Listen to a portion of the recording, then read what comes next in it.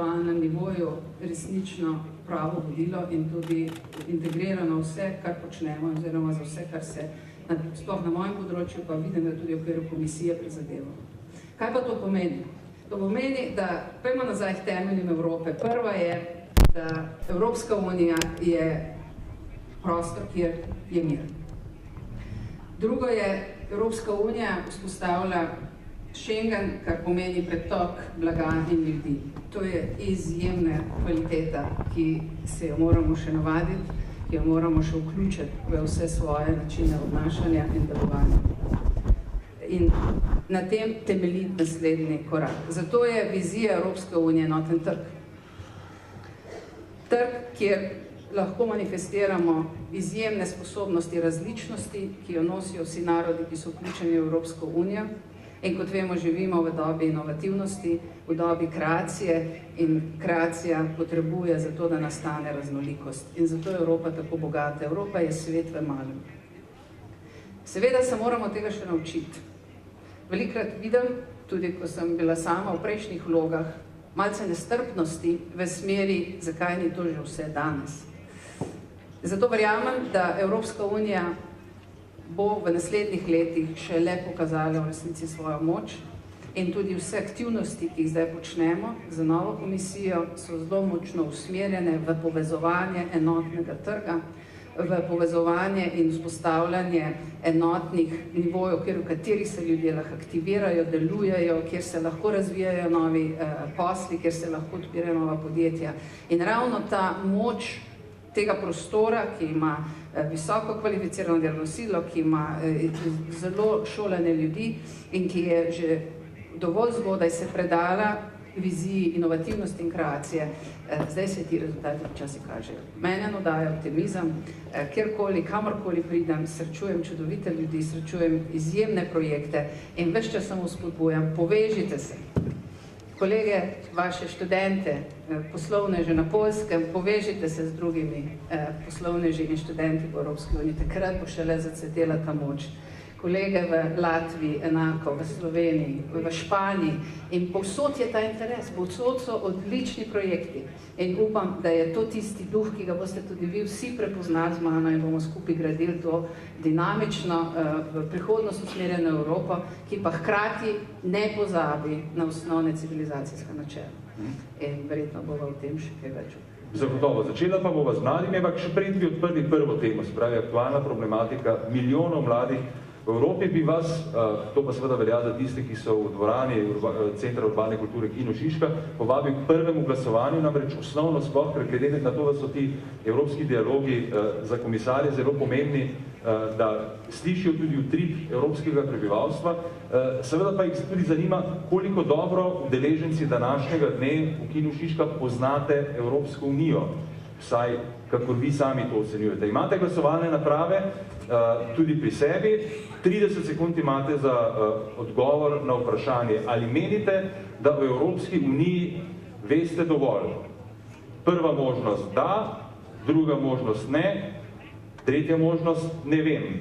Glasovanje traja približno 30 sekund, zdaj prednost tega glasovanja je, da si lahko premislite po teh 30 sekundah. Veljal bo tisti zadnji odgovor, ki ga boste pritisnili. Se pravi, da, ne, ali ne veste, če veste dovolj. To je res veliko za napredek, lahko kar že dosti dobro izhodišče. Ampak poglejmo, imamo približno 200 glasov, bodimo še bolj odločni, ko gre za glasovanje, torej vzemite si še 10 sekund, ne, že imamo. Torej, 40% jih verjame, da v Evropski uniji ve dovolj, nekaj manj kot polovica mislite, da ne veste dovolj in 12% meni, da ne ve, če dovolj ve. Čestitke, najlepša hvala za sodelovanje. Zelo podobno vprašanje vam bomo zastavili potem ob koncu, da bomo videli, kako uspešni smo bili s tem dialogom. Gospa komisarka, govorili ste že o mladih. Tukaj vidim eno mnenje Primoža Ferjančiča prek Twitterja, ki je o vaši viziji rekel, naj bo drzna za prihodnost mladih in celotne Evropske unije. Torej, kako drzni ste vi v napovedi, da bo evropski mladini kmalu šlo bolje. Glede na to, da sploh v delu Evropske unije govorimo o jugu, je situacija dramatična, ko gre za brezposelnost, tudi socialne razlike se nasploh izjemno povečujejo in vsi, ne glede na to, so levi, desni ali umestni, ugotavljajo, da to za razvoj družbe preprosto ni dobro. Socialne razlike v Sloveniji tudi, ampak v Evropi nasploh postajajo prevelike, to je sicer globalni trend, kako ga Evropa lahko zaustavi, predvsem v prid mladih. Ja, gledajte, za mlade vsekakor smo in bomo poskrbeli, vendar seveda je to lahko floskula, pomembno je, kaj se dejansko dogaja. Kot prvo so sreči statistike počasi se začele obračati navzgor. Verjetno vsi še tega ne občutijo, pa vendarle, vsaj v Sloveniji, velja, da je najnižja brezposelnost mladih v zadnjem obdobju. To ni naključje. Vsekakor je Evropska unija že takoj, ko sicer zamikom odreagirala na izjemno brezposelnost mladih in s posebnimi ukrepi pospešila pretok denarja v države članice za premagovanje ločnice med zaključenim študijem in pa prvo redno zaposlitvijo. Verjetno je to tudi najbolj kritično obdobje, da mladi ali opravijo svoje pripravništvo in dobijo kvalifikacije za polno zaposlitev oziroma za to, da lahko da nadaljujejo svoje študij. Tako da jaz mislim, da s temi ukrepi, saj prvimi smo naredili pomemben korak naprej, pa vendar, da to gotovo ni dovolj. Ključni element za zaposlovanje mladih je uspešno gospodarstvo. In brez uspešnega gospodarstva seveda ne bo generiranja novih poslovnih priložnosti.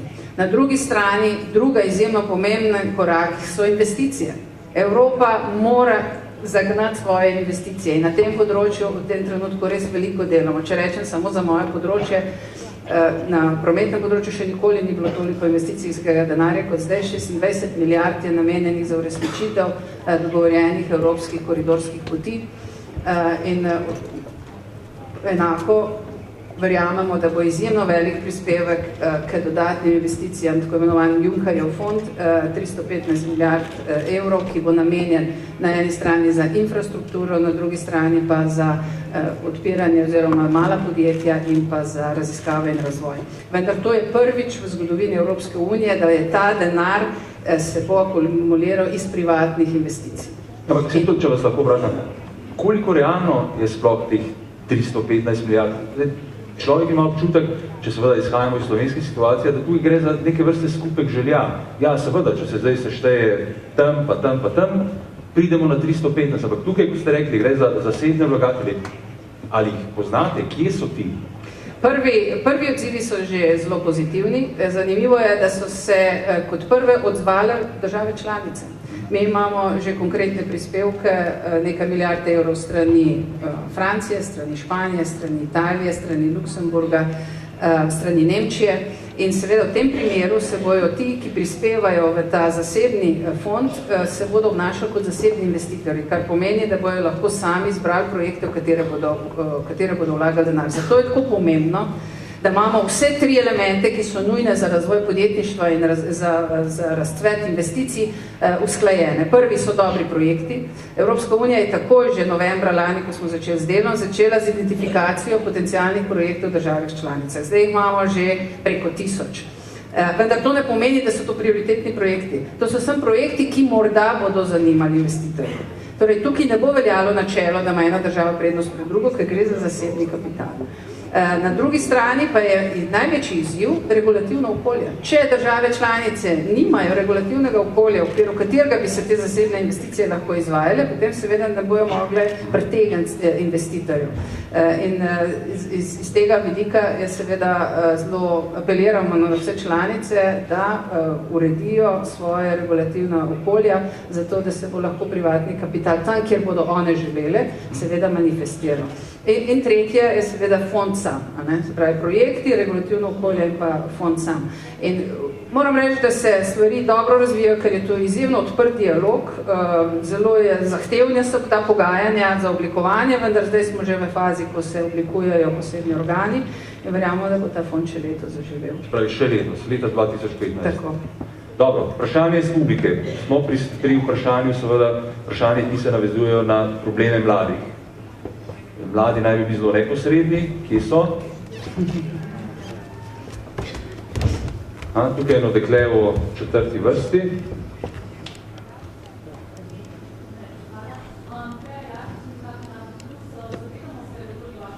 Področje pa vseeno, glede na to, da ste del Evropske komisije, ki sprejema politike, usmeritve in programe, nas zanima predvsem, kako lahko Evropska komisija poskrbi za ustvarjanje kakovostnih in dostojnih delovnih mest. Kako lahko v bistvu preko sheme Jamstvo za mlade poskrbi, da bodo ukrepi, ki so jih države oblikovale, naravnane bolj dolgoročno in ne bodo predvsem ukrepi, ki spodbujajo tako rekoč prekarne oblike zaposlitve.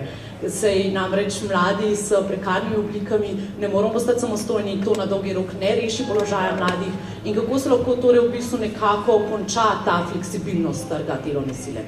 Najlepša hvala. Najlepša hvala, mlada sindikalistka. Hvala lepa za vprašanje. Glejte, to je stvar, ki morajo reševati države članice. Evropska unija lahko da impuls, lahko da denar, lahko da neke strateške usmeritve.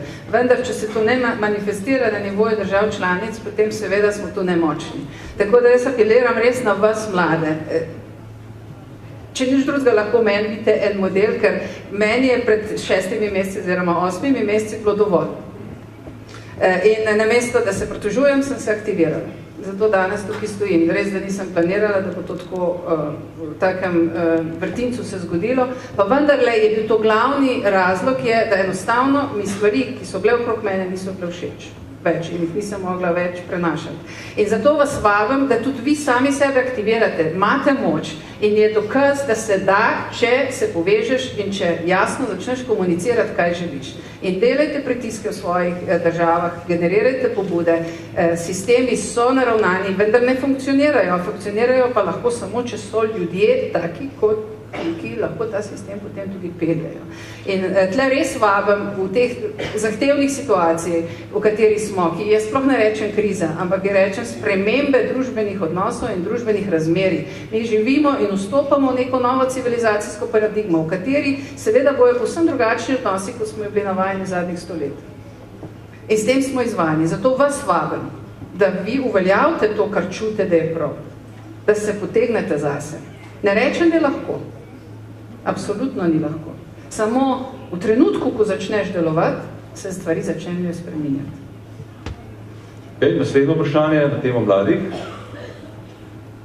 Če ne vas bom jaz komisarka izval, v redu, to veliko krat slišimo od govorih komisarjev, to je stvar nacionalnih držav. Vi seveda ne morete poskrbeti za vse, ampak kaj pa vi kot komisarka in tem konkretnem imenu komisarka iz Slovenije lahko storite za to, da bodo slovenske oblasti trenutna vlada bolj odzivne do interesov mladih, ki jih znajo artikulirati, ampak so preprosto velikokrat preslišani, ker se ukvarjamo s popolnoma drugimi zadevami.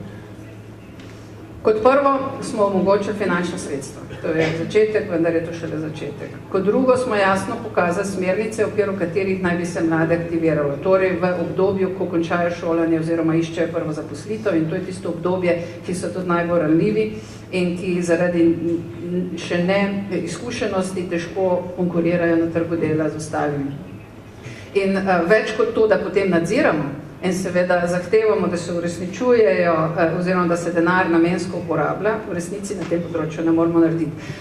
Je pa seveda ta proces zdaj zahteven, imamo vse boljše preglednost nad izvajanjem ukrepov v državah članic, imamo mehanizme v primeru, da se ti ukrepi ustrezno ne izvajajo, seveda lahko ukrepamo z posebnimi procesi, ki odgovarjajo oziroma ki izpostavljajo tiste, ki ne uresničujejo obljubljenega. In potem slišimo, da Bruselj spet nekaj zahteva od nas. Pustimo, to imamo kakšno vprašanje iz občinstva? Dekle na tisti strani, pa bomo gospodu za malce daljšo pričesko in vrti dali potem še priložnost. Lep pozdrav, Sanja Despotovič iz Mladinskega sveta Jesenice. Mene pa v bistvu zanima, glede na to, da živimo v svetu, v katerem smo poplavljeni z informacijami, kjer iščemo tiste informacije, ki so najbolj relevantne, kako mladim lahko ponudimo relevantne informacije, ki se tičejo njih, predvsem tistim, ki niso vključeni v formalno izobraževanje? V primeru, da je to vprašanje namenjeno informacijam o trgu dela ali nasplošno, sploh kako se vključevati v družbo. Če je to širše vprašanje, vam lahko povem, da je ravno ta teden komisija sprejela tako imenovano digitalno agendo za Evropo, ki ima izjemno velik pomen za bodoči razvoj Evropske unije in predvsem se nanaša na dostop do informacij in na dostop upravljanja s podatki. Tri glavne komponente so dostopnost do priključka oziroma tako imenovan connectivity. To je ena zgodba, ker poskušamo celotno Evropo priklopiti na digitalne avtoceste oziroma jim omogočiti vsakmu prebivalcu Evrope dostop do digitalnih vsebin. Druga izjemno pomembna je vezana na lastniške pravice, na avtorske pravice. In tretja, kar pa bo predvsem tudi za mlade, upam, zelo velik korak naprej, je pa to, da ti lahko posluješ prosto na spletu, ne glede na to, kje si, in da se seveda davki obračunavajo tam, kjer je bil posel narejen. In s tem mi na eni strani zaščitimo potrošnika. Veste, da se danes dogajajo zelo banalne stvari, recimo zakupite nekje v Estoniji pravice do gledanja nekega televizijskega sporeda, potem pa pridete, ali pa do nekih internetnih vsebin, potem pa pridete v Španijo in tega ne morete več gledati. To je nedopustno. Ravno tako je nedopustno, da se dostavljajo določeni proizvodi in storitve, če se ponujajo na evropskem trgu samo do izbranih držav. Predstavljate si, da pridete v trgovino in prinesete kreditno kartico iz Slovenije, pa greste po nakupih v Londonu in vam reče, da s njo pa ne morete plačati. To se dogaja na netu. To hočemo preprečiti in s tem verjamem, da bomo dali vsem nov zagon razvoju poslov in predvsem vključevanju mladih v najrazličnejše oblike, nove oblike podjetništva in verjamem, da je to en pomemben korak naprej. Zdaj, kar se pa tiče ostalih informacij, seveda je pa zopet, bom rekla, je stvar lokalnih organizacij. Evropska unija ponuja zelo močne portale, kjer si vi sicer lahko ogledate, katere vrste finančnih sredstev ali katere projekte se lahko vključujete. Lokalne informacije pa so zaenkrat na voljo na lokalnih portalih. Verjamem pa, da se ravno s tem, ko se Evropa odpira, bo vse več portalov, tudi že danes vidimo zasebne portale, vse več portalov, ki bo povezovalo celotno Evropo. In tudi na tem področju skupina, ki bo zdaj zelo aktivna na izvajanju ukrepov, da se ta digitalni trg vzpostavi, imela to zelo močno v mislih. Hvala lepa. Gospod je imel takrat že dvignjeno roko, tako da mu damo možnost, da tudi vpraša. Izvolite. Željko Pelicon iz ustanove Pohorski bataljon, ki pokriva Mladinsko polje, Samonikla prizorišča Mladinskega polja Slovenije. Mi pač kot nevladne organizacije vidimo veliki razvojni potencial in seveda tudi trajnostne zaposlitve ravno na nevladnem sektorju. Vemo pa tudi, da je ta država od nekdaj najbolj mačehovska do nevladnega sektorja v Evropi. In že desetletja se trudimo odločevalcem to dopovedati. In tudi, če ste spremljali, najverjetno so vam kolegi iz Mladinskega sveta povedali, kako se je delalo te dokumente za naslednjo finančno perspektivo, kar se mladih tiče. Lahko zastavite vprašanje, prosim. Bom probal čim krajši. Čim prej. Tako da vemo, da imamo težave z odločevalci pri nas in to, kar vam je moderator prej rekel, če lahko kakorkoli obrnete smer, pa naši odločevalci opozorite na to, da nevladni sektor v tej državi umira in da je to, vsaj po mojem mnenju, velik razvojni potencial, ki ga bi bilo vredno vsaj ohraniti, če že ne investirati v njega. Gospod, še vedno vprašanja ni bilo. Jaz bom takoj. Pravzaprav niti ni vprašanje, ampak je samo bolj mnenje in pa prošnja za uslugo.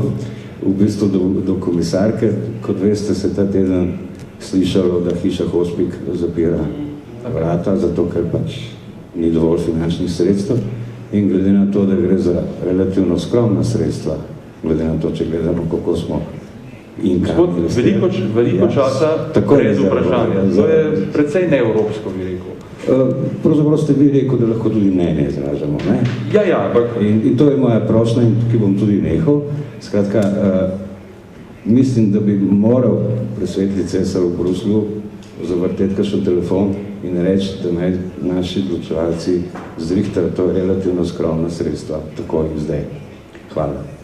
Kar se tiče nevladnih organizacij, poleg gospodarstva in političnih struktur so nevladne organizacije absolutno najpomembnejših členov pri razvoju Evropske unije. Strinjam se, da ni še dovolj narejeno na tem področju in gotovo bo to en izziv za naprej, da se uredijo tudi financiranje nevladnih organizacij na bolj učinkovit način, iščejo se pa tudi načini, kako se vendarle aktivira tudi zasebni kapital, ki lahko potem podpre tudi delovanje na nevladnem področju. Tako da verjamem, da bojo prišle dobre pobude.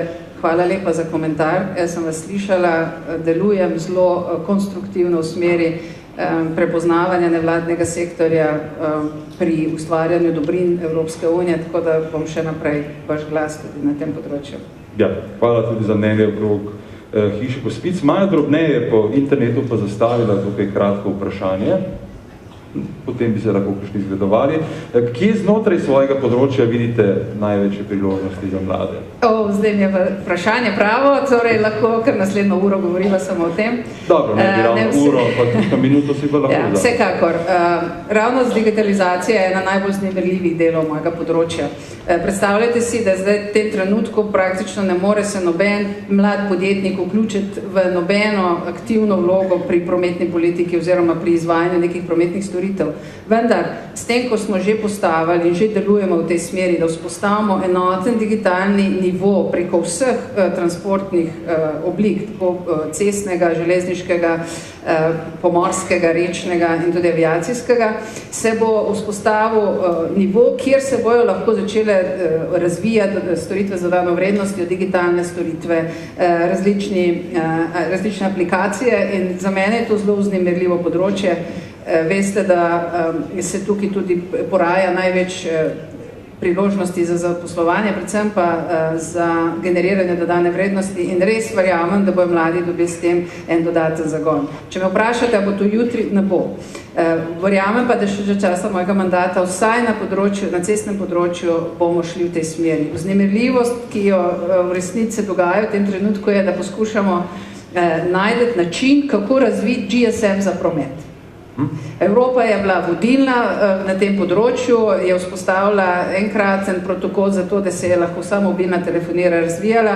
Enako ambicijo smo si zdaj postavili na prometnem področju, da vzpostavimo en nov protokol in seveda regulativni okvir, v okviru katerega se bodo vse te storitve z dodano vrednostjo lahko razvijale. Tako da računam na vas in upam, da me boste pri tem podprli in seveda, da bomo še v mojem mandatu lahko prve aplikacije na to temo tudi posredovali v prostor. Najlepša hvala, popolnoma ste se razživeli ob tem vprašanju, tako da je kar škoda, da ste ga že končali. Mogoče še eno vprašanje na temo mladih. Fant v 4. vrsti, oziroma 5. Zdaj, ker če obstanete, vas bo dekle lažje videlo.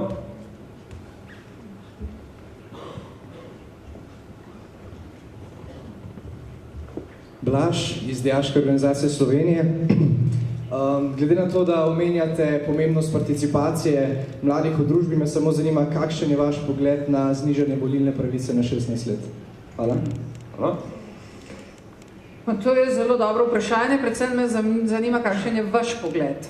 Ali si 16-letniki želite volilno pravico in če je to res vaša želja, bom vesela, če jo zelo jasno komunicirate in seveda vas bomo potem poslušali in se o tem pogovarjali. Če mu lahko kar mikrofon vrnete, ker je bil vprašan strani komisarke, naj odgovori, ne? Ja.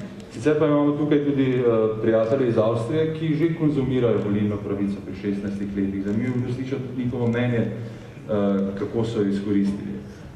Zdaj nisem čisto 100% prepričan, kakšno je stališče Dijaške organizacije Slovenije. Jaz osebno sem za in sem precej prepričan, da je naša organizacija tudi za. Jaz vas zelo vabam, da naredite eno dobro anketo med mladimi, med 16-letniki in potem bom vesela vaših rezultatov in seveda bo dialog stekel naprej. Glede na to, da stari če dane manj voljo, vsaj kar se nas tiče, hvala Bogu, če bi mladi želeli, ne? Pa da bi imeli tudi dobro izbiro. Še eno vprašanje imamo, gospoda o modri srajci. Ich denke, Sie würden jetzt eine Übersetzung benötigen. Ja, mein Name ist Marc Germershausen, Präsidiumsmitglied im Europahaus Klagenfurt. Hold on. Če ne bom pa jaz prevajal, gospod je iz Evropskih hiše v Celovcu. V redu, da dvojki je angliščina. Okay. Und meine Frage bezieht sich auf das Erasmus-Plus-Programm. Wir haben das jetzt seit der neuen Förderperiode 2014. Die Europäische Union oder die Europäische Kommission macht nicht direkt eine Werbung für den Europäischen Freiwilligendienst. Wie sehen Sie das? Würden Sie diese Werbung oder dieses Programm mehr bewerben wollen? Die zweite Frage ist, würden Sie auch den Mitgliedstaaten empfehlen, dass dieser Europäische Freiwilligendienst als Zivildienstersatz angerechnet werden könnte? Und meine Frage zum Wahlalter mit 16 ist, ja, ich habe mit 16 schon gewählt, auch die europäischen Parlamentswahlen, und ich kann es Ihnen empfehlen, der Mann tudi na evropskih volitvah. To le priporočam, ampak žal ni oder was Sie eigentlich wählen. dovolj področju, kaj mladi ne. To je zelo vznemirljivo vprašanje. Predvsem mi je všeč, kako ste ga zapeljal. Absolutno je to priložnost, vendar kot rečeno, to bo odločitev posameznih držav članic, kdaj in kako se bodo za to odločile, in še enkrat vabim mlade. Bi pa rada samo še poudarila to, kar ste vi tudi omenili. Erasmus je najbolj vznemirljivih projektov, ki ga je Evropska unija lansirala, in resnično verjamem, da prave spremembe se bojo v družbi začele dogajati, ko bo ta generacija prevzela vodilne položaje. Ker je bo povsem naravno, da je edino, kar prinaša dolgoročne rezultate sodelovanja na nivoju celotne Evrope. In jaz veliko upo polagam ravno v to generacijo.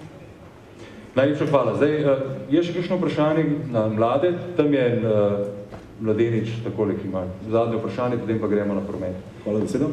Sem Matej Matjašev, sicer prihajam iz, oziroma govorimo imena delovne skupine na ravni Evropske unije, kjer raziskujemo problem socialne varnosti dijakov in študentov. In sicer sami ste omenili v svojem videu napovednem, da je 13% hišnega prihodka namenjeni transportu, se pravi prevozu. Pri dijakih in študentih je to še mnogo više. Ali je mogoče, zelo konkretno, ali je mogoče in v kolikšnem času, da Evropska komisija sprejme priporočila za države članice glede te ureditve prevoza za dijake in študente? Pred nas je to urejeno, ampak v drugih državah pa še ni toliko urejeno. Čisto konkretno. Hvala. Hvala lepa. Zelo konkretno vprašanje, na katerega nimam zelo konkretnega odgovora. Predvsem zato, ker tega vprašanja na mizi Evropske komisije še nisem videla.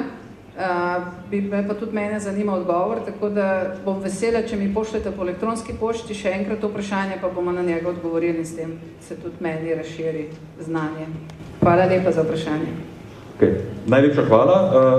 Seveda bomo potem vprašanja po 18 uri in 15 minut, ko bomo samo še v spletnem prenosu spet lahko zastavljeni na najrazličnejše teme, ampak zdaj bi šli pa recimo temu na domačo temo gospe komisarke, in sicer promet. In glede tega bi vam radi za izhodišče zastavili spet vprašanje, govorim za naše goste v dvorani, to je pa malce bolj obširno, in sicer vprašanje se glasi, v kaj naj vlaga Evropska unija prednostno, sprav, kakšna naj bi bile prednostna vlaganja Evropske unije. A v železnico, B v energetsko infrastrukturo, C v visokotehnološka in inovativna podjetja in D v širokopasovne povezave. Zdaj, žal ni tudi potem E vse skupaj, ne? Ampak se pravi, kje vidite vi prioritete, oziroma v kaj naj bi prednostno vlagala Evropska unija?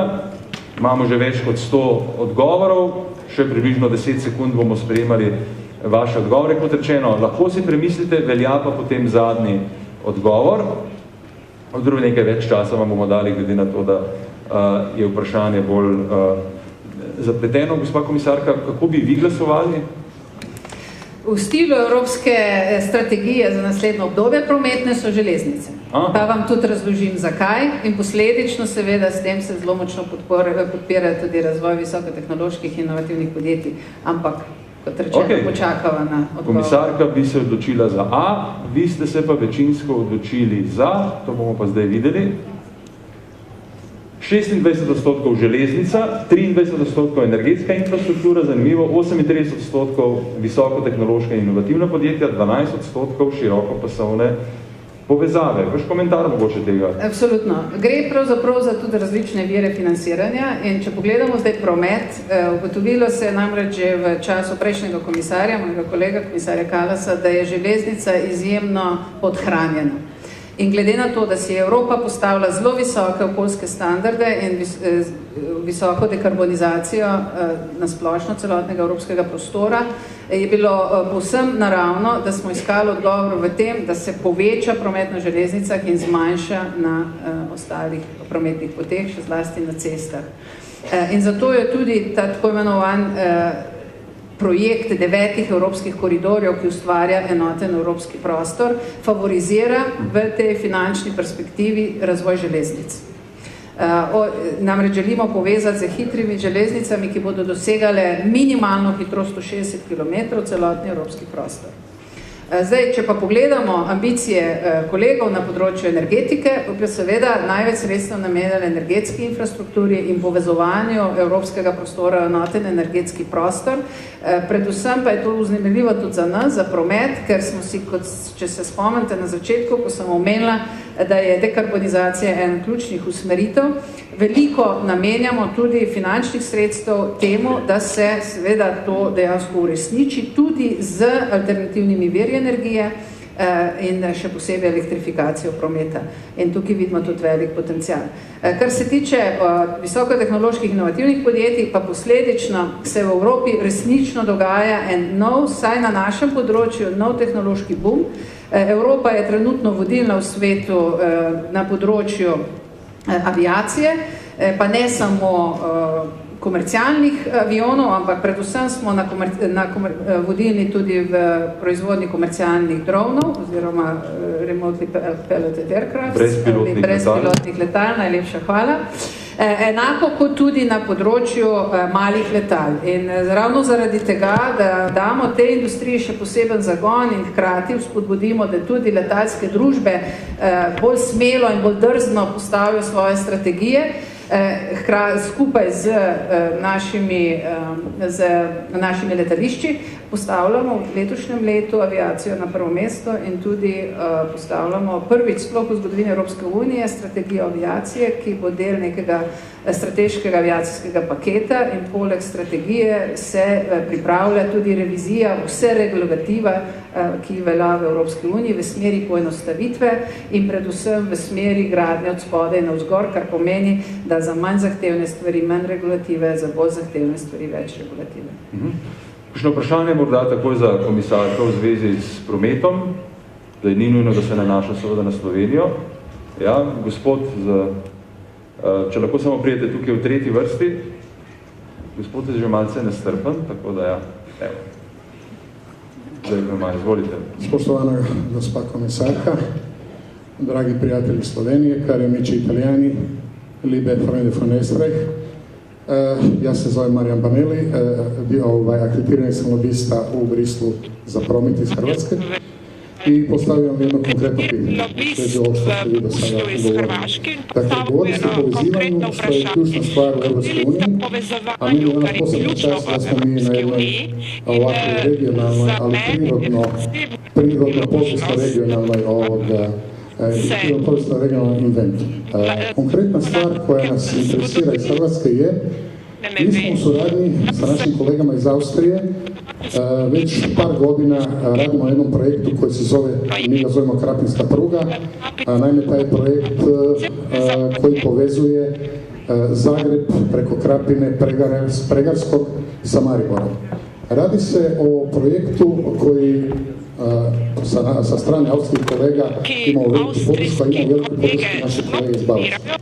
Radi se o projektu koji bi i ovim mladim ljudima koji ovdje sjede i tekako donio velike dobiti kada bismo oteretili usko grlo Zidanoga mosta i kompletnu prugu koja sada trpi prebacili na onaj dio Maribora, a razgovara se sa svojim štajerskim kolegama. Ključni problem je politika.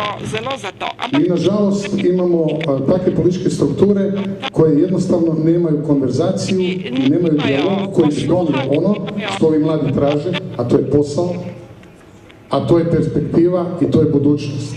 A budućnost je da otvorimo granice, da otvorimo ono što se zove prosperitet, ono što se zove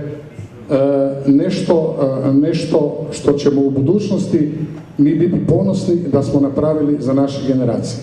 a to je projekt. Vi ste sami rekli da Europska unija ima novac za projekte i ja sigurno znam da su i sredstva za to napravljena. Molim vas, napravite nešto, da se napravi trilateralna konferencija na tu temu i da se krene Hrvatska, Slovenija i Austrija graditi tu prugu koja je most između naših tri zemlje. Hvala lijepa. Okay, hvala lepa. Hvala lepa za to vprašanje, pomembno vprašanje, ga bom izkoristila tudi zato, da razložim, ker veliko vprašanj prihaja na naše naslove, ravno mogoče iz nenatančnega razumevanja, kaj Evropska unija lahko in kaj ne. Leta 2004 so vse države članice Evropske unije podpisale tako imenovani dogovor o 9 koridorjih, kjer so se vse države zavezale, da tisto, kar so vrisale v teh 9 koridorjev, bodo speljale do leta 2030. Ja? In teh 9 koridorjev, za teh 9 koridorjev smo mi našli teh 26 milijard, s katerimi bomo podprli projekte in sofinansirali odvisno od prioritet med 20 pa kaj do 85% celotne vrednosti projekta. Torej, kar se nas tiče, je zdaj glavna in moja glavna naloga, je, ker jaz sem te projekte dobila v roke, zdaj jih moram pa speljati. In prvi klic za te projekte, prvi poziv za financiranje teh projektov, ki so na teh 9 koridorjih, je bil končan 4. marca. Dobili smo neverjeten odziv, na razpolago 11,9 milijard, javilo se je preko 700 projektov in 3-krat je več potrebe, kot jo bomo mi lahko zadovoljili. Zato seveda bojo prioritete zelo upoštevane, glede na to, kateri koridori so ključni. Pri tem je pa treba razumeti, da seveda, če države ne prijavijo projektov, jih mi ne moramo sfinansirati. Po drugi strani pa ne bomo v tem trenutku, ne bomo do leta 2023 vnašali nobenih novih tras. Torej, če so bile trase, ki so bile dogovorjene med državami, vrisane teh 9 koridorjev, potem jih bomo s tem denarjem sfinansirali. Če niso, jih v tej perspektivi ne bomo mogli. V nadaljevanju pa bo potem seveda novo obdobje, v katerem bomo zarisali nove koridorje. Je pa zanimivo to, oziroma pomembno za Evropsko unijo, je pa predvsem to, da smo pred 2 tedni podpisali z Zahodnim Balkanom, z vsemi državami Zahodnega Balkana, razširitev teh tako imenovanih tras za primarno omrežje Evropske unije in verjamem, da bo to tudi pomemben prispevek in delno pomagal potem, da se na način, kot ga vi opisujete, definirajo nove trase, ki bodo pomagale pri vzdruževanju. Vendar, če ni vrisana v teh 9 koridorjev, potem Evropska unija v tem trenutku ne financira. Če pa so vrisane v te ključne koridorje, morate pa ločiti, pa vas prosim, vem, da je to malo bolj zahtevno, mogoče in vas mlade, morda tukaj ne zanima, pa vendarle bo to za vas narejen enoten evropski transportni prostor, brez katerega ni enotnega trga. Brez katerega ne boste mogli se gibati prosto, brez česar ne boste mogli prost pretok blaga. Je pa treba pri tem vedeti, da je primarna mreža pa sekundarna mreža. In primarna mreža ima zdaj prvo prioriteto in v teh evropskih koridorjih je vrisana tudi ta znana trasa med Koprom in pa med Srednjo Evropo pod tako imenovanim Baltsko-Jadranskim koridorjem.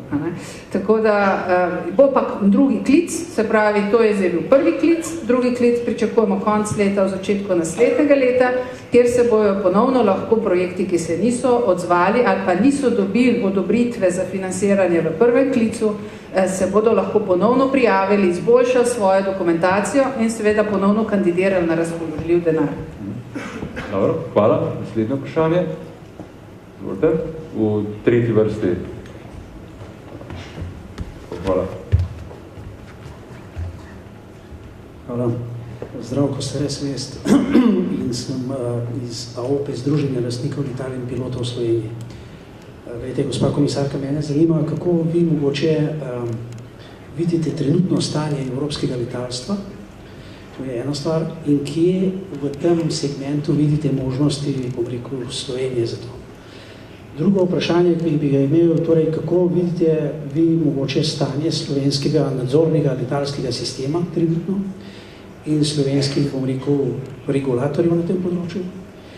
In tretje vprašanje, torej, kaj osebno boste mogoče vi in pa tudi Evropska komisija storila za to, da bi se, bom rekel, zmanjšal ta obseg birokratizacije, ki je posebej za letalstvo absolutno znan.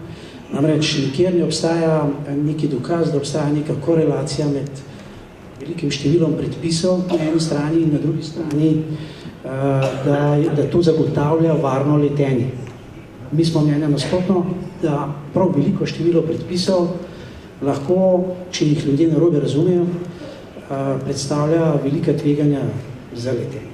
Hvala lepa. Hvala lepa. To je zelo aktualno vprašanje. Gospa komisarka, zato, da boste skozi svojo žarometo, vas samo prosim, da se vas bo bolje videlo, da ne bomo tako kot pri rdeči kartici, zdaj ste pa v redu. Hvala lepa. Vprašanje je zelo aktualno, kot rečeno, leto je leto letalstva in se posvečamo razvoju letalske strategije. Aktualno vprašanje, več, ki ste jih združil v par vaših. Kot prvo, trenutno evropski letalski prostor ni konkurenčen. To je dejstvo. Imamo izjemno zahtevne poti, ki so bremenjene z različnimi rezerviranimi vojaškimi prostori, letala letajo po cik-cak, trošijo bistveno preveč goriva, s tem onesnažujejo in tudi cenovno niso učinkovita.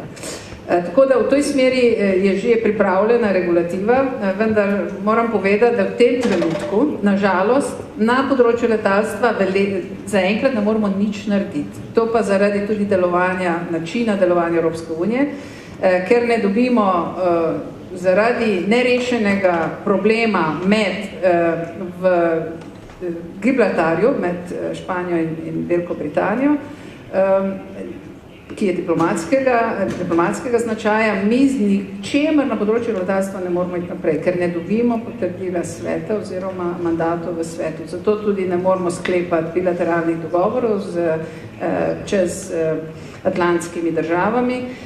Vendar ravno zato se zdaj posvečamo enemu celovitemu paketu in ta čas izkoristimo za to, da bomo vse pripravili in v jeseni računam, da se bojo te zadeve rešile in da bomo lahko predlagali ta paket tudi komisiji v odobritev in potem se začeli z koraki.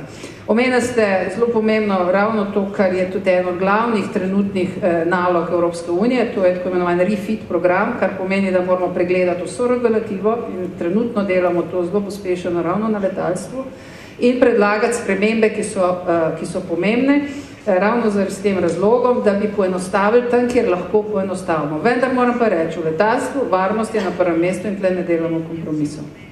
Tako da to pa absolutno kvečemo bomo zaradi zadnjih dogodkov še dodali določene nove regulativne ukrepe. Kar se pa tiče samega vloge pilotov in vsega, je pa tudi zanimivo, novi poslovni modeli se pojavljajo, globalizacija seveda izziva vse obstoječe socialne strukture in ravno v ta namen imamo zdaj v juniju, 4. junija v Bruslu posebno konferenco na temo socialnih razmer v prometu, kjer bo letalstvo imelo še posebno poglavje. Tako da upam, da boste se aktivirali in trenutno tudi poteka še vedno javna debata na to, kaj vse lahko letalstvo naredimo in vas vabim, ker je to javna debata, do 10. junija je odprta in preko spletnih strani lahko aktivno prispevate svoje predloge. Najlepša hvala, gospodična že nekaj časa čaka za besedo. Sem Julija Humar, prihajam iz Podmladka Nove Slovenije. Širše narave vprašanje, torej vpliv prometa na današnje življenje in pa seveda, kako moderna tehnologija vpliva na promet v Evropski uniji. Hvala lepa. Hvala lepa za vprašanje. Bi ga kar navezala na vprašanje mladih, ki smo ga videli na začetku. In sicer je vezan na mobilnost v mestih in ravno na tem področju verjamem, da se dogajajo res velike in pomembne stvari. Moram pa reči, da je Ljubljana, mesto Ljubljana v evropskih merilih vodi in kot je bilo danes že rečeno na proslavi ob osvoboditvi Ljubljane, da letošnje leto je bila Ljubljana naprošena naj ne sodeluje, ker je edino mesto v Evropi, ki je že dvakrat dobilo najvišje evropsko priznanje, zato da bo lahko še katero drugo mesto dobilo in Ljubljana je bila korektna in se ni letos prijavila na tekmovanje. Ampak gospa komisarka, to velja za Ljubljano do začetka avtobusne pa železniške postaje. Razumem, ampak nekje je treba začeti. Zdaj je treba to zdravo jedro širiti naprej. Je pa gotovo to velik izziv, sploh mobilnost, zaradi tega, ker v mestih, kot veste, predstavljajo mesta 80% vseh prebivalcev Evrope in v mestih promet ravno povzroča ogromno zamaškov, prometnih zamaškov, s tem pa se povečuje onesnaževanje mest. Zato ravno na tem področju Evropska unija že pripravila in še pripravlja mnoge ukrepe oziroma spodbude. Je pa res, da zopet, in tega verjetno ne boste najbolj veseli, če želite, da je Evropa aktivna, na nivoju mest odločajo mestne oblasti. Mi pa v resnici ravno na pobudo županov povezujemo vsa ta mesta v mreži, prav na prometnem področju imamo že več kot 2000 evropskih mest, da lahko med sabo izmenjujejo dobre prakse, tudi nagrajujemo tiste, ki so največ naredili na področju mobilnosti, zelo poznan je naš evropski projekt Civitas in tudi še z nekaj časa oziroma še v letošnjem letu bomo v Ljubljani imeli večji dogodek, ki se bo na to nanašal in kjer bomo pokazali vse dobre evropske prakse in spodbudili, da čim več mest privzame te dobre prakse in jih upelje tudi v svoje področje. Elektrifikacija bo igrala izjemno pomembno vlogo in tudi ta nov 315 milijardni fond bo je zelo, že zdaj so vlagatelji zelo zainteresirani za vzpostavljanje mrež za polnjenje električnih avtomobilov in verjamemo, da bo to tudi velik pomemben odziv. Še eno stvar bi tukaj omenila, ker je seveda vprašanje zelo široko, pa mi dovolite, da še omenjam tako imenovan shared economy, ker tudi ne vem še dobrega slovenskega izraza, mogoče mi lahko kolega svojnik pomaga. Shared economy, torej ta ekonomija, kjer se aktivirajo ljudje med sabo izmenjujejo storitev, recimo kot je prevozi z avtomobili. Tudi na to veliko polagamo, kot vidimo, tudi največji proizvajalci v avtomobilski industriji že ustanavljajo podjetja, ki v resnici omogočajo storitve, torej da si delimo avto, da si delimo na isti trasi, kjer se želimo peljati na nivoju storitve, da avto ni več tisti, ki ga potrebujemo za to, da pridemo iz točke A v točko B, ampak storitev. In hkrati se pa s tem razvija tudi vse večja podpora javnemu prometu in vidimo, da se mesta vse bolj odločajo za učinkovit javni promet, ki pa temelji na vse bolj na prevoznih sredstvih, ki uporabljajo obnovljive vire energije oziroma ki ne onesnažujejo zrak. Zato je tudi, kot rečeno, LNG, elektrifikacija in nove tehnologije oziroma novi viri, ki se bojo še razvili v prihodnosti, gotovo tisto, kar tudi spodbuja razvoj na nivoju Evropske unije. Zdaj pa ena prometna informacija za vas, gospa komisarka. Vaš promet besed je zelo gost in ga tolmači zelo težko dohajajo. Tako da vas ljudno prosijo, če lahko malce znižate hitrost vašega govorjenja. Ste še znotraj limitov, ampak čisto tako, da bo... Razumem in zelo spoštujem tolmače in hvala lepa za opozorila in ga poskušala upoštevati. Hvala lepa.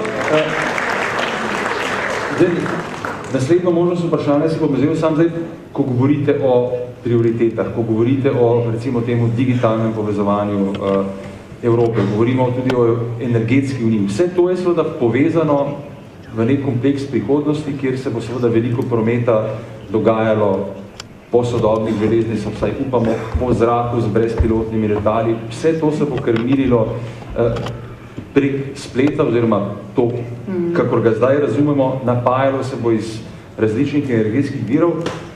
Kje vidite prihodnost Evrope na tem področju, glede na to, da rekli ste, da na področju brezpilotnih letal smo, recimo, prvi na svetu?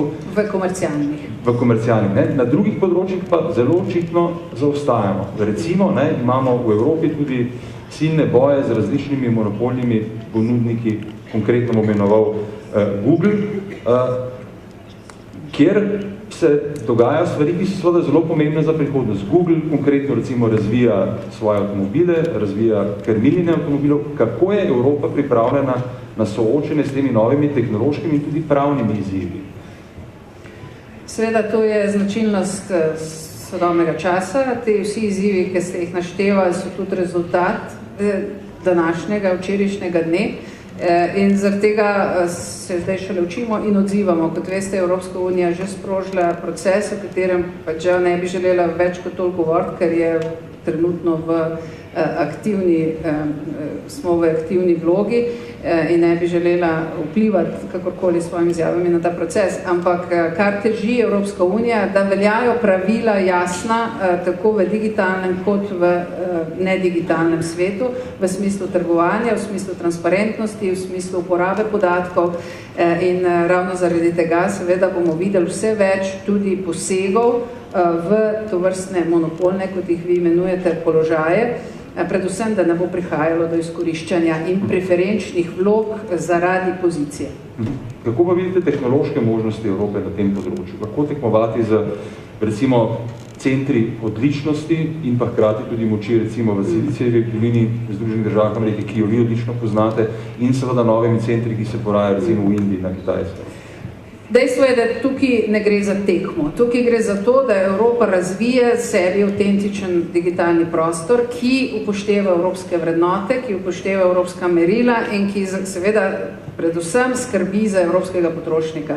Evropa je dežela, ki ima najvišjo stopnjo zaščite potrošnika, seveda bi vedno lahko naredil še več in vedno znova in znova uvajamo nove elemente, ki ščitijo potrošnika, pa vendarle v evropskem prostoru s tem enotnim digitalnim prostorom se bo omogočilo še toliko bolj kakovostno delo na teh področjih. Ne bom rekla, da bomo enaki, kot imajo Kitajci, ne za Alibabo, ne bom rekla, da bomo enaki, kot je Google, ki je prišel pač iz Združenih držav Amerike, vendar vsekakor nismo rekli zadnje besede v digitalnem svetu in kot rečeno, veliko upanja polagamo ravno v to, da bo izjemno visoka dostopnost do povezav, telekomunikacijskih povezav, torej da bomo imeli maso ljudi, ki bo ustvarjala te nove vsebine, na drugi strani, da bomo poenotili trg in predvsem, da bomo omogočili seveda, da bojo ljudje lahko zasluženi. Da se pravi, da bomo imeli regulativne okvire, kjer bojo ljudje se čutili varne kupovati in varne tudi zaračunavati in ponujati svoje storitve. In to je glavno vodilo. Odpiramo forum.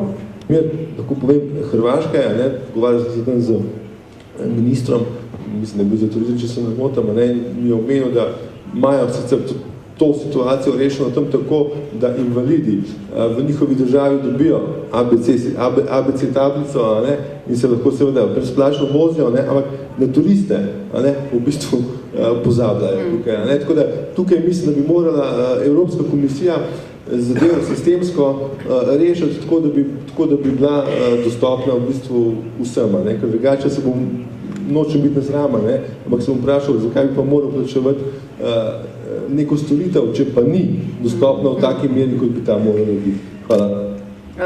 Hvala lepa za vprašanje. Nisva se dogovorila, ampak to je gotovo eno mojih najbolj priljubljenih vprašanj in tudi en del najbolj te smele strategije, ki je pripravljena na področju prometa, ravno s tem digitalnim nivojem na vseh prometnih oblikah. Naša želja je z ustavitvijo tega standarda, podobnega kot je GSM, da omogočimo tudi zaračunavanje cestnin na avtomatski način. Kar pomeni, da, in to je moja želja, da ko se peljem iz Slovenije, iz Ljubljane v Helsinge, da nimam zdaj na desetine teh listkov na šipi in da seveda bi ni treba se ustavljati vsakih 100 km, ampak prihajajo nove generacije avtomobilov, ki bojo imeli vse te pametne funkcije že vgrajene v samo infrastrukturo. A je to kaj bolj zdaj? In zaradi tega bodo lahko avtomatsko beležili poti, po katerih se boste vi vozili, in vsaka država članica se bo odločila, katere od teh poti zaračuna in katere ne. In podobno kot v telekomunikacijah, po principu roaminga, bojo seveda ponudniki teh digitalnih storitev v prometu sami med sabo obračunavali porabo, ki se bo dogajala. Seveda je to precej vzburilo, precej nekatere igralce, vendar smo se zdaj že srečali praktično z vsemi igralci na tem področju, razložili to filozofijo in na moje veselje dobivamo čedalje več privržencev in tudi imamo že prve države članice, ki so se javile, da bi postali pilotski primer tega in upam, to je tudi še ena ta želja, da bom doživela, da še za mojega časa v Bruslju bomo to storitev lahko tudi implementirali in uporabili. Ampak vsekakor je to izjemno pomembna stvar. Po drugi strani bi pa še to vam rekla, da tudi na Evropski uniji sploh na področju prometa zdaj zelo veliko pozornost posvečamo ljudmi z posebnimi potrebami v premikanju oziroma na najrazličnejše načine in tudi zahtevamo držav članic, da prilagodijo vse avtobuse v lokalnem prometu, železniške postaje, da bojo dostopne tudi ljudem s posebnimi. Pojdimo še na vprašanje z občinstva, tam na sredini že dolgo nismo bili, fant z rdečo zapestnico na desni roki. Štafetni mikrofon ima. Hvala lepa. Miha Kasaš iz Lendave. Kot veste, ima Lendava slepi tir železniški, povezan z samo Hrvaško. Z Mađarsko manjka le nekaj kilometrov, z najbližjo Slovensko pa nekje 30. Zanima me vizija razvoja železniškega prometa v Sloveniji. No, zato jaz nisem najboljši naslov, jaz vam lahko povem vizijo razvoja evropskega železniškega prometa in tu, kot rečeno, sta dva koridorja, v kateri je Slovenija vključena in upam, da bosta ta dva koridorja v dogovorjenem času in ki je tudi zaveza Slovenije v odnosu do Evropske unije tudi zgrajena. Kar se tiče pa ostalih regionalnih poti železniških, se pač morate obrniti na lokalnega ministra oziroma dati pobudo in seveda ustrajati na tej pobudi. Jaz verjamem, da se bomo počasi tudi naučili, da seveda kritična masa ljudi šteje, da štejejo interesi, da štejejo gospodarski interesi. To je bilo tudi pri Evropski komisiji eno glavnih vodil, kako so se tudi na koncu koridori potem definirali, se pravi, da je zanje tudi ekonomska ali pa močna socialna, ekonomski ali močen socialni razlog, in te koridorje so se potem podprli. Jaz upam in želim, da se enako tudi odvija potem na lokalnem nivoju. Vendar, kot rečeno, to je stvar regionalnega razvoja in kot komisarka za promet se z regionalnimi mrežami ne ukvarjam. Vam pa želim, da seveda uspešno zagovarjate svoje razloge in se borite za tisto, kar verjamete, da je prav in da potrebujete za lokalni razvoj. Na vprašanje tukaj imamo enega Mladeniča v 7. vrsti, ki tudi že nekaj časa... Aha, dobro. Dva. Istega, ki sem mislil, je prehitev nekdo tukaj, ampak gremo. Jaz imam vprašanje zaradi tega, ker je to trenutno v Združenih državah Amerike zelo popularna tema. Glede omejevanja poletov, pravic do poletov v Združene države Amerike iz Bližnjega vzhoda. Ali mislite, da bi nekaj takega bilo potrebno narediti v Evropi, ali ste v bistvu pripravljeni na še večje odpiranje možnosti za letenje proti Bližnjemu vzhodu, ker vemo, da recimo Nemčija omejuje polete tam za strani seveda njihovih prevoznikov. Torej, ali ste vi tu zato, da se Evropa zapre ali da se odpre torej, proti tej konkurenci z Bližnjega vzhoda?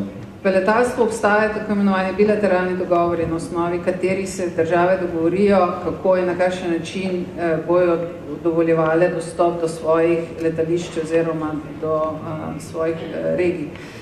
Tako da to je zelo pomembno vprašanje. V tem trenutku seveda ni toliko pomembno, kaj jaz mislim, bolje pomembno, kaj mislijo vsi ostali deležniki v aviaciji v Evropi. In kot rečeno, trenutno poteka ta odprta diskusija, kjer vsi sodelujejo, mi to sproti beremo, proučujemo in vidimo, kakšne so potrebe in kako daleč so lastniki in pa sploh akteri v aviaciji sploh pripravljeni iti. Potem pa jeseni upam, da boste dobili odgovor na svoje vprašanje. Najlepša hvala. Imamo še približno 15 minut časa za televizijski prenos. Na nekaj bi vas še spomnil, gospod komisarka. Omenili ste vrednote, ko ste govorili, evropske vrednote, ko ste govorili o evropskem trgu na najrazličnejših področjih. Mnogi Evropejci imajo občutek, da so te naše evropske vrednote, na katere prisegamo, ko gre za zaščito potrošnikov, ogrožene ob dogovarjanju z severnoameriškimi partnerji in prijatelji prostotrgovinske sporazume. S Kanado ga že imamo, vemo, da ta zgodba ni bila ravno najbolj prosojna, za tako imenovani TTIP se dogovarjamo, vendar v Evropi obstajajo zelo veliki zadržki, ravno ko gre za te vrednote. Kakšno je konkretno vaše mnenje, kakšno je mnenje komisije, kako vi gledate na to, kako se ta pogajanja razvijajo in predvsem, kakšno prihodnost vidite? Ja, kot rečeno, moja dolgoročna prihodnost je ni meja in vsi lahko res dobro med sabo sodelujemo. Vem pa, da je veliko korakov do tja.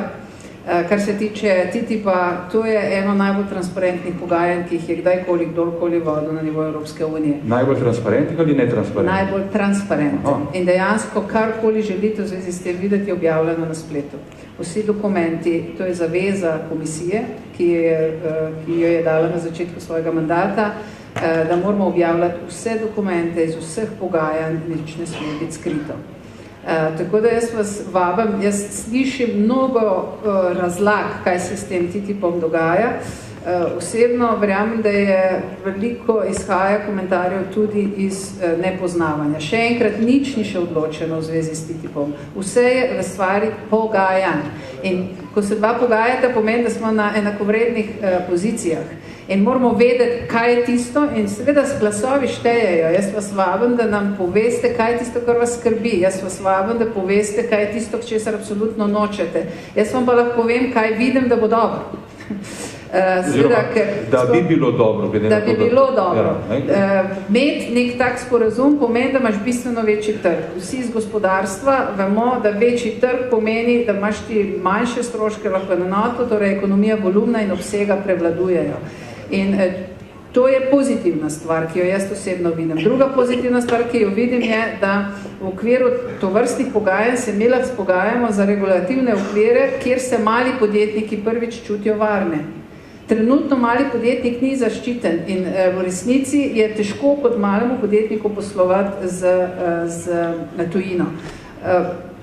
Moramo povedati, da je 99% vseh evropskih podjetij sodi med mala podjetja. Ne rečem, da so stvari že idealne, zato vas prosim, dajte vplivati na ta pogajanja. Osebno nisem za zapiranje, vendar ko se dogovarjamo in pogajamo, moramo biti dobri pogajalci, da se dobro spogajamo. In prva zaveza in obljuba je, da vse, kar velja v Evropski uniji v smislu zakonodaje, ta sporazum ne more izvesti, če se članice ne strinjajo. Pa še enkrat vabim, vsebinsko prispevajte v ta proces. Ne poznam ga do zadnjega detajla, mene predvsem zanima prometni del. Pa vendarle vem, da skozi našo participacijo lahko vplivamo na pogovor. Trenutno na prometnem področju je najbolj zanimivo področje pomorstva. In tam se zelo borimo za to, da bo Evropa to, čemer je boljša, čemer je močnejša, seveda uspela v teh pogajanjih tudi ohraniti kot vsebino. Je pa najslabše, če se zapremo. To veste, da če se zapiraš, bolj si izoliran, manjšo imaš možnost, da na dolgi rok uspeš. In ta pogajanja, kot rečeno, so transparentna. Karkoli je na mizi, se še vse da spremeniti in zato vplivajte. Vabim pa vas, da ne avtomatsko zapiramo svojih meja. Vaša teza je, da naše vrednote, ki smo jih vendarle skupaj v Evropi gradili ne leta, ampak desetletja, da na ta način, na noben način niso ogrožene. Poskušam razumeti, katera vrednota bi bila ogrožena. Recimo zaščita potrošnikov, ki je recimo v Evropi... Absolutno ne bomo šli navzdol. Torej, stvar pogaja ni, da delaš kompromise navzdol, ampak da poskušaš najti večjo vrednost, iz katere bomo vsi kapitalizirali. Kot rečeno, jaz v tem trenutku ne obljubljam in ne moram reči vse idealno, ampak pogajani smo in ne bojo pogajanja jutri končana.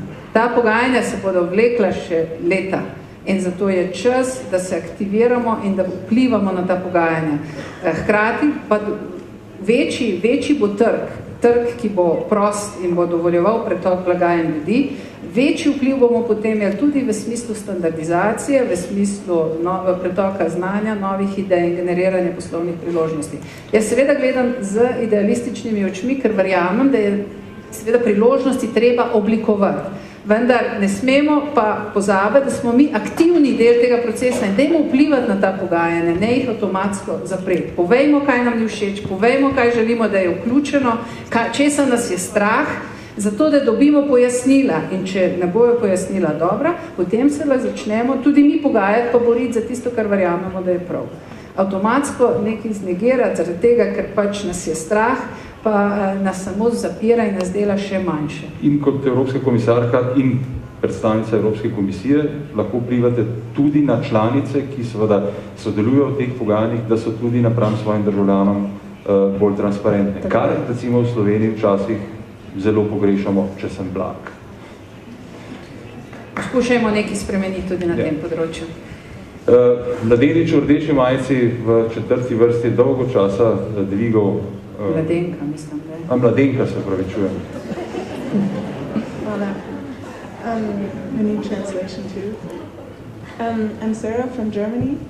I was wondering about the tolls that are, well, going to be introduced in Germany. Is it possible that they're still going to be stopped by the European Court? Because this would have a big influence on Slovene tourists as well as economy.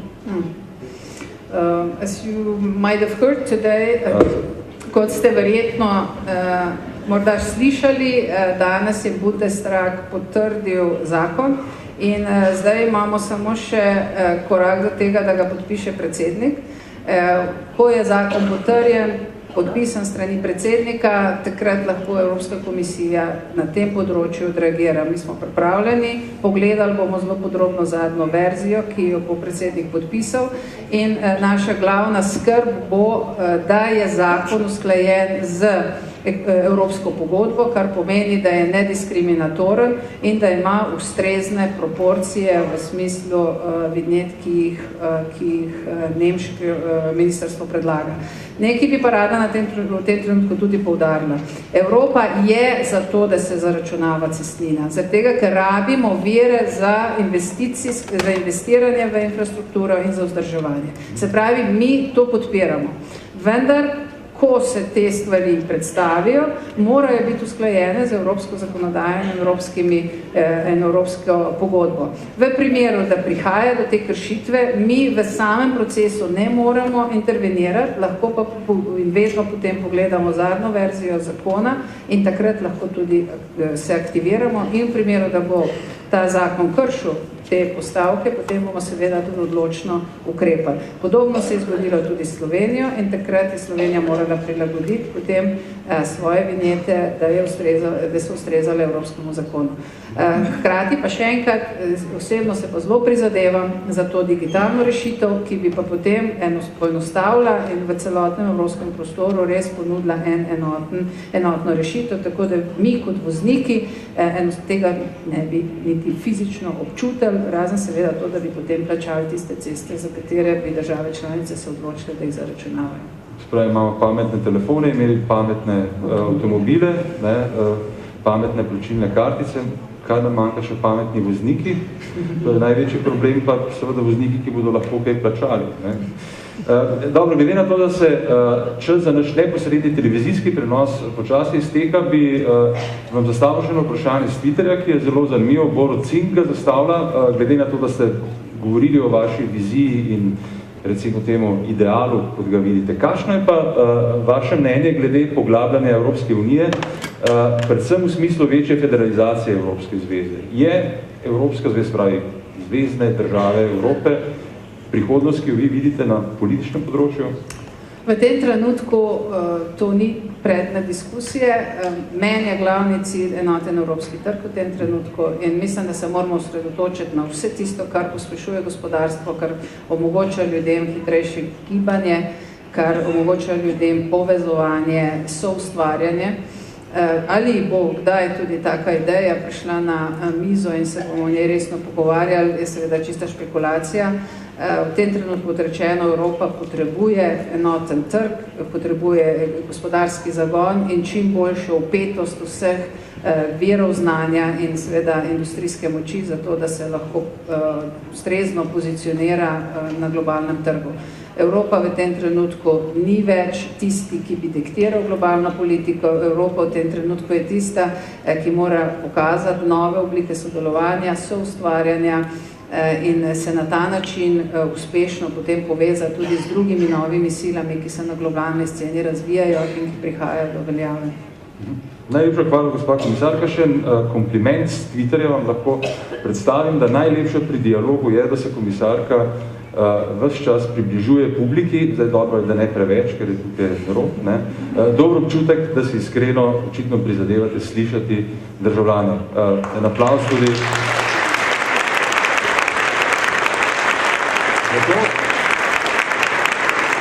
Zdaj, kar vam od premijeri ob dialogu z državljani vsekako ni uspelo odgovoriti na vsa vprašanja. Zdaj, kar se tiče neposrednega televizijskega prenosa, ga žal moramo končati, ker je ura 18:15, zato se televizijskim gledalcem na 3. programu TV Slovenija najlepše zahvaljujemo za prijazno pozornost.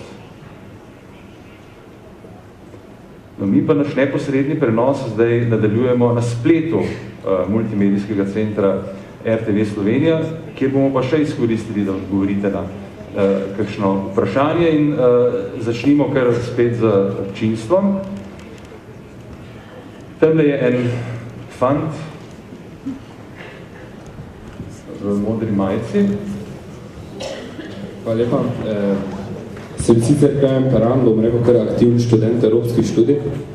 Z vsem dolžnim spoštovanjem do vašega dela, pa do tega, da je Evropska unija res ekonomska, ne preekonomska, šele na to politična tvorba, se mi zdi, da v zadnjih nekaj letih, pa tudi vse 80% današnjega vašega diskurza je bilo ekonomskega diskurza. Samo o ekonomiji se pogovarjamo, o vlaganju v banke, o milijardah, o milijonih, investicije, enotni trg je bil 1000-krat povedan. Mene najbolj skrbi, da se Evropska unija, pa želim, da bi Evropska unija dobro delala, pa da bi šlo bolje, pa nisem pesimist, ampak želel bi si, da se Evropska unija vrne nazaj k malemu človeku, da se začne ukvarjati z malim človekom, ne pa samo z ekonomijo, z bankami, s podjetji, ker mislim, da si tudi Evropejci tega želimo. No.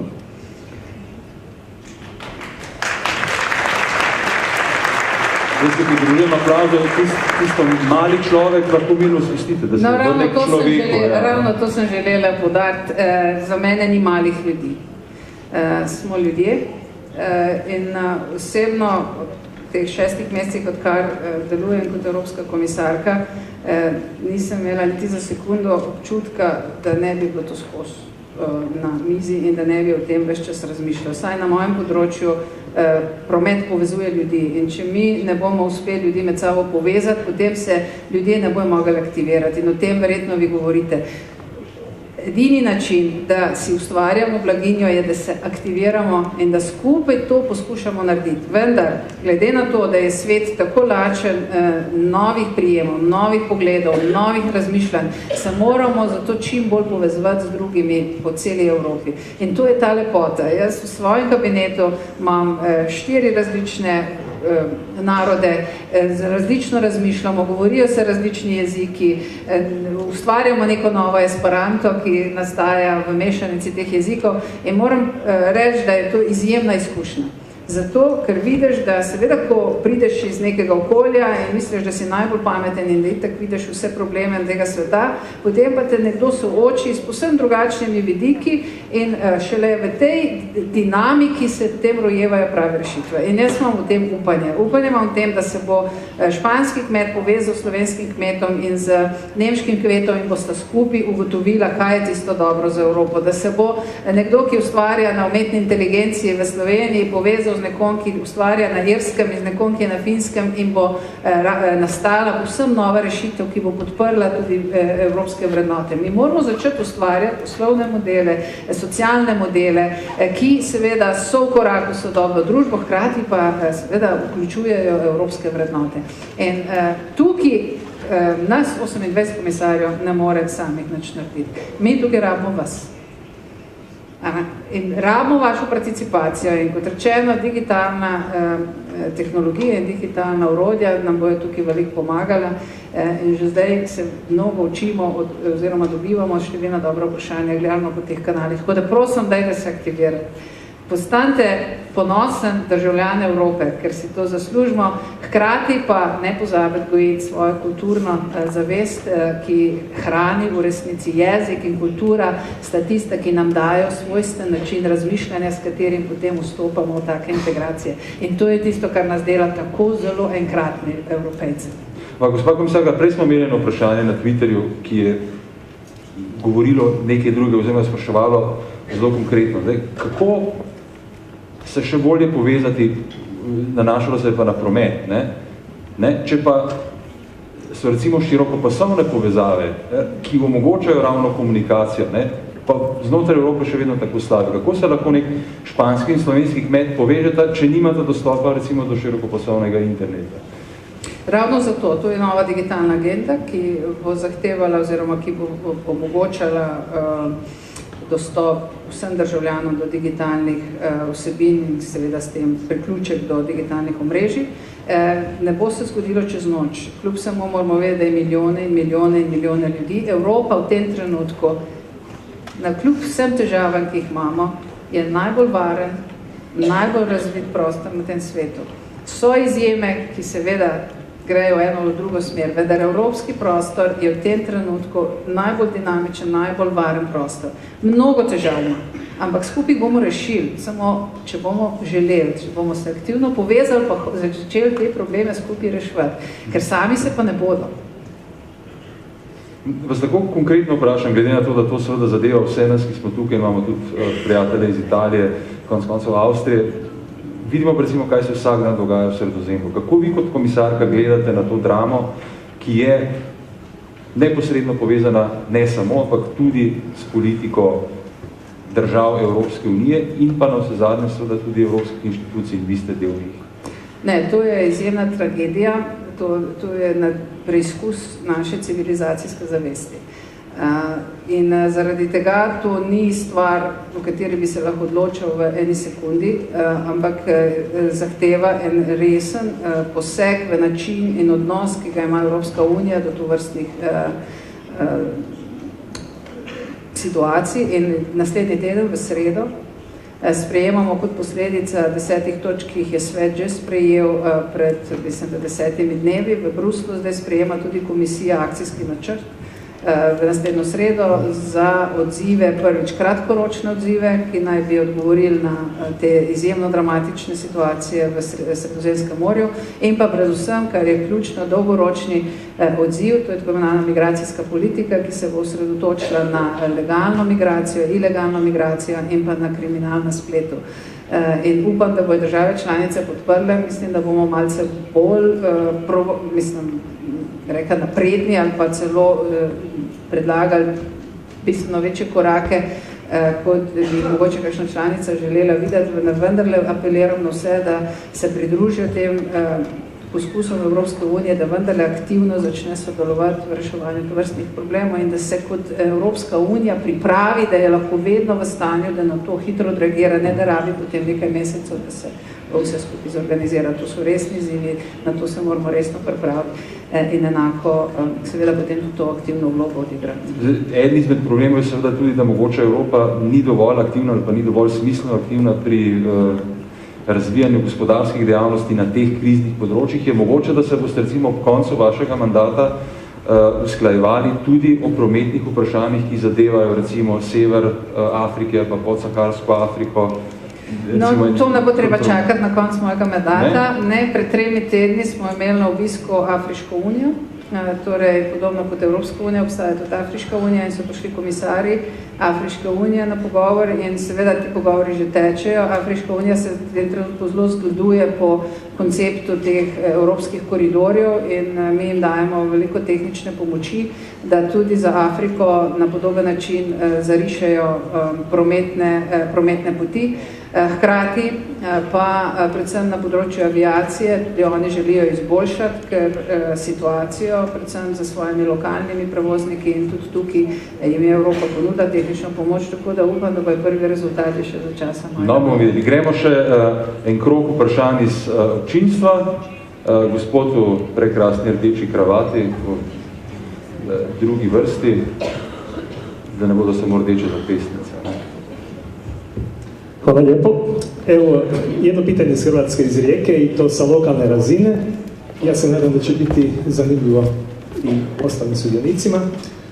Poštovana gospođo Bulc, moje ime je Miroslav Matjušić, ja sam zamjenik gradonačelnika grada Rijeke. Sad i dan nas vežu vrlo krasne veze, mi smo gradovi prijatelji, pa evo i ova tribina je u skladu s time vrlo uspješna i vrlo mi je drago i čestitam na ovoj tribini. Moje pitanje se odnosi, iako ste vrlo jasno rekli da se ne bavite sa vaše pozicije regionalnim mrežama, ali evo, to je bilo pitanje prije planirano, pa onda, pošto sam moraju pitati. Naime, mi smo prvi grad u Hrvatskoj koji donio svoju strategiju razvoja do 2020. definirali 3 cilja i prvi je jasno, dakle, razvoj riječkog prometnog pravca. Da razloge ne nabrajam, sigurno su vam jasni. I ono što je tu bitno, naravno, poglavito u prometnom dijelu, znači ta naša povezanost, obzirom na značaj i kapaciteta riječke luke i tako dalje.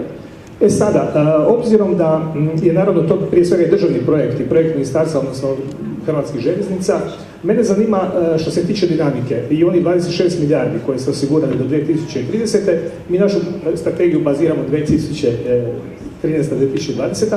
Pa samo u smislu dinamike, da li postoji ipak dakle, neka dodatna mogućnost kroz ovaj drugi poziv što ste rekli vezano za mrežu 315 milijardi. Tako proširenje te primarne mreže, ako bi dakle sa tom dinamikom neki način mi kao lokalne vlasti, da tako kažem, bili nezadovoljni, odnosno budući da, evo, bit ću konkretan, pogotovo što se tiče željeznice, to nam mnogo znači, dakle, jer budući da bi ta trasa ujedno bila i trasa ker gre za progo, ki bi bila tudi mestna proga, mestne železnice, če obstaja možnost za kakšno dodatno financiranje. Mi vas bomo povabili, da tak dialog imate tudi na reki. Pristanišča posebno vlogo v teh koridorskih mrežah. Mi želimo z njimi namreč povezati letališča, pristanišča, glavne industrijske baze in glavna mesta. Posebno vlogo igrajo severna jadranska pristanišča in na moje veliko veselje se med sabo že uspešno povezujejo iz preprostega razloga, ker se prometni tokovi zaradi industrializacije v Srednje Evrope vse bolj premikajo in so že vidni premiki proti Srednje Evropi in zato tudi potrebujemo te železniške poti, te koridorje, o katerih smo že danes nekajkrat govorili. Kar vi omenjate, seveda Hrvaška v tem delu še ni priključena na koridorje in računamo, da po letu 2023, ko poteče rok za to perspektivo prvih 9 koridorjev, se bomo ponovno dogovarjali v naslednji prioritizaciji tras v Evropski uniji. Kar se tiče vaših možnosti, kot rečeno, obstajajo, Hrvaška je velika porabnica tudi kohezijskih sredstev in jaz vas vabim, da v okviru kohezijskih sredstev urišete te trase in seveda uporabljate kohezijski denar tudi za priklope na te glavne koridorje, ukolikor je to možno. Sicer se bomo pa srečali na naslednjih pogajanjih. Redo, hvala lepa. Še dve vprašanji. Mlajši gospod v 4. vrsti, ki že mislim, da 7. dviga roko. 8. evo. 8. gre rado je novi pregovor. Dobar dan, Urban Jerihab, tukaj sem iz Braslovč. Sprašujem vas, železnice so jasna prioriteta Evropske unije, ampak ali bo Evropska unija v celem svojem omrežju teh 9 koridorjev še vzpodbujala gradnjo novih hitrih cest? Sprašujem vas recimo zaradi 3. razvojne osi in ukolikor ne, s tem svojim investicijskim skladom, ali obstaja še kakšna druga sredstva za financiranje takšnega? Zdaj, v teh koridorjih, hvala lepa za vprašanje, v teh koridorjih niso samo železnice, vendar z železnice je Evropska unija pripravljena najmočneje podpreti finančno. Se pravi, kot sem rekla, do 85% na največjih zamaških, oziroma kadarkoli prihaja do povezave med dvema državama, ker železnice nažalost se mnogokrat končajo na meji države. In zaradi tega smo to poskušamo spodbuditi. To ne pomeni, da cest ne podpiramo, vendar z bistveno manjšim prispevkom finančnim. Kar se tiče pa novih tras, kot rečeno prej, zato da bi bile financirane iz tega evropskega paketa, morajo biti urisane v ključne koridorje, kar za ta specifičen primer, o katerem vi govorite, ni. Vendar ponovno, tu so še regionalni skladi in je možnost financiranja iz regionalnih skladov, ker je Slovenija še vedno prijemnica kohezijskih sredstev. Ne vem pa, mislim pa, da v tej perspektivi, ne vem, ali je bilo vključeno ali ne, vendar ta perspektiva se konča leta 2019 in se bo kmalu že začelo planirati ponovno za novo perspektivo. Tako da ne pozabiti, obstajajo regionalne sredstva, kohezijska sredstva, obstajajo evropska sredstva za ključne koridorje, obstaja tudi ta nov finančni mehanizem 315 milijard, ki je v bistvu šele prvi korak. Če se bo dobro obnesel, se bojo tovrstni mehanizmi razvijali naprej. Potrebe Evropske unije na področju samo infrastrukture so pa izjemne. 1,2 trilijona evrov. Tako da bo treba še veliko finančnih sredstev angažirati in dokazati, da je prometna infrastruktura tista, v katere se splača vlagati. In zato rabimo dobre projekte, rabimo projekte, ki so narejeni v časovnih rokih in ki seveda vzpodbujajo razvoj in posledično bodo potem ti projekti tudi bolj zanimivi za investitorje. Kako ste rekli, trilijone? Trilijone. 1,2 trilijona evrov. Dobro. Še zadnje vprašanje, pa dajmo dekletom, dobro, ni ravno dekle, ampak sledi dizenega dekleta. To je zadnje vprašanje, ker moramo končati, ker ima komisarka obveznosti. Moje vprašanje se tiče vašega principa, da uporabnik plača. Zdaj, če si jaz to prav predstavljam, to vključuje tudi okoljsko škodo, ki povzroča posamezna prometna sredstva. Zdaj je pa ena slaba novica, namreč, kako sem gledal projekcije, do leta 2030 se bo delež letalskega in osebnega prometa povečeval, delež železnic pa postajal konstantno ali celo nižji. Kako se bo zdaj to lahko uredilo? Povsem imate prav, dva principa sta onesnaževalec plača in pa uporabnik plača. To so tako imenovane zunanji stroški, ki za vse članice vabimo, da jih vključijo v obračunavanje cestnin. Kar se tiče pa onesnaževalcev, mi se zdaj zelo seveda pogajamo z industrijo in tudi med sabo z različnimi portfelji. Morda ne veste, ampak prihaja na spored jeseni velika svetovna konferenca v Parizu na temo okolja in pa dekarbonizacije. In seveda bomo mi tam morali zelo jasno pokazati, s katerimi ukrepi bomo še zmanjševali vplive na okolje.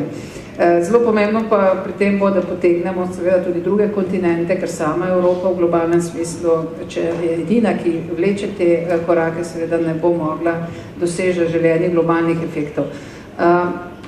Kar se tiče primerjave, kaj se bo bolj razvijalo, kar ne, mi imamo, kot rečeno, prioriteto dvigati železnice na nivo, da bojo konkurenčne z ostalimi transportnimi sredstvi, zato da se bo začel promet prelivati na železnice. Dobra informacija je, ravno pred enim tednom sem gostila azijsko-evropski vrh, ministre z področja prometa in vidimo, da so v tem trenutku azijski kolegi zelo zainteresirani, da se povežemo tudi po kopnem, torej po železnicah. In ena od železnic, ki je danes že na voljo, postaja prezasedena, ker se vse bolj visokotehnološka podjetja odločajo, da pošiljajo blago po železnicah, ker je en cel mesec hitreje kot z ladjami, res je še vedno cirka 25% dražje, pa vendarle je dostava toliko hitrejša in zaradi tega tudi prisotnost na trgu toliko večja.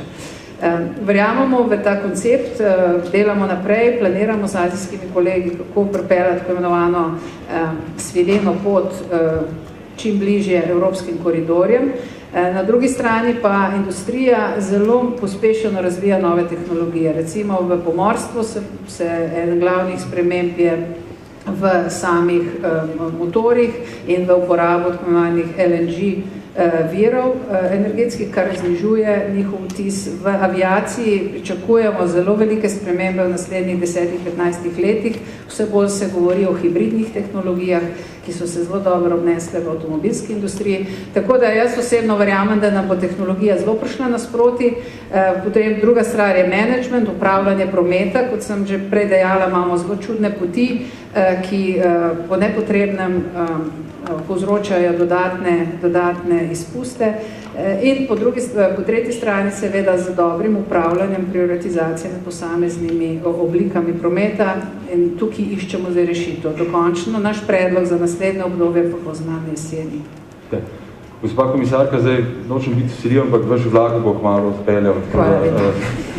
Vas moramo pozoriti. To so pa tako dobro vprašanje. To je pa res. Najlepša hvala tudi vsem, ki ste naš prenos spremljali prek spletne strani multimedijskega centra RTV Slovenija. Lep pozdrav iz Kina Šiška v Ljubljani. Hvala komisarki za odličen nastop. Najlepša hvala pa seveda pri vam spoštovani obiskovalci urbanega centra Kina Šiška v Ljubljani za aktivno sodelovanje. Zdaj še dva tvita vam pokazal. Najprej od Teje Jarc se na Twitter-volu EU Dialog se objavljajo samo tviti iz Slovenija in določene pozitivne Slovenije komentarje in kritike, pa niti ne. Zdaj, cenzure roko na srce ni, ampak ta tweet je kronski dokaz, da ne objavljamo samo takih tweetov. Potem pa še en in sicer temu se reče pravi strukturirani dialog. Pristno nas publiko, zanimivo vprašanje, neverjetna je energija. Gospa Bulc, danes ste bili tudi komisarka za pozitivno energijo. Ampak tle je cela dvorana taka, tako da nisem več osamljena. Meni je to zelo všeč. In lejte, še enkrat, bodimo ponosni to, kar smo. Slovenci, Hrvati, Italijani, Avstrijci, Mađari in vsi ostali narodi. In se zavedajmo te svoje enkratnosti. Hkrati pa res smo lahko ponosni Evropejci in se zavedajmo, da to skupaj se ustvarjamo. To ne ustvarjamo komisarji. Komisarji smo samo vaša podaljšana roka. Tako da dajte nam dobre vsebine, dajte sodelovati z nami in zavedajte se te svoje kreativne moči. Hvala lepa.